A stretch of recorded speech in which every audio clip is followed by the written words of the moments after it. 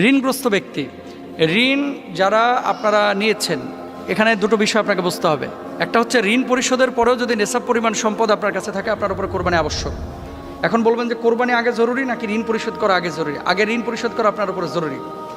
2 নম্বর ঋণ আছে যেগুলো আপনি কিস্তিতে শোধ করেন, 2 বছর 3 বছরের জন্য আপনি ঋণ নিয়ে রেখেছেন, তাহলে যে পরিমাণ কিস্তি মাসে দিচ্ছেন, এই কিস্তির বাইরে যদি নেশাব পরিমাণ সম্পদ আপনার কাছে থাকে, আপনার উপরে কোরবানি আবশ্যক। কিন্তু আমাদের বাংলাদেশের মানুষ বড় সুযোগ সন্ধানী। কিস্তি নিছে 5,000 টাকা, ব্যাংকে পড়ে আছে 2 লাখ। হুজুর আমি তো ঋণগ্রস্ত।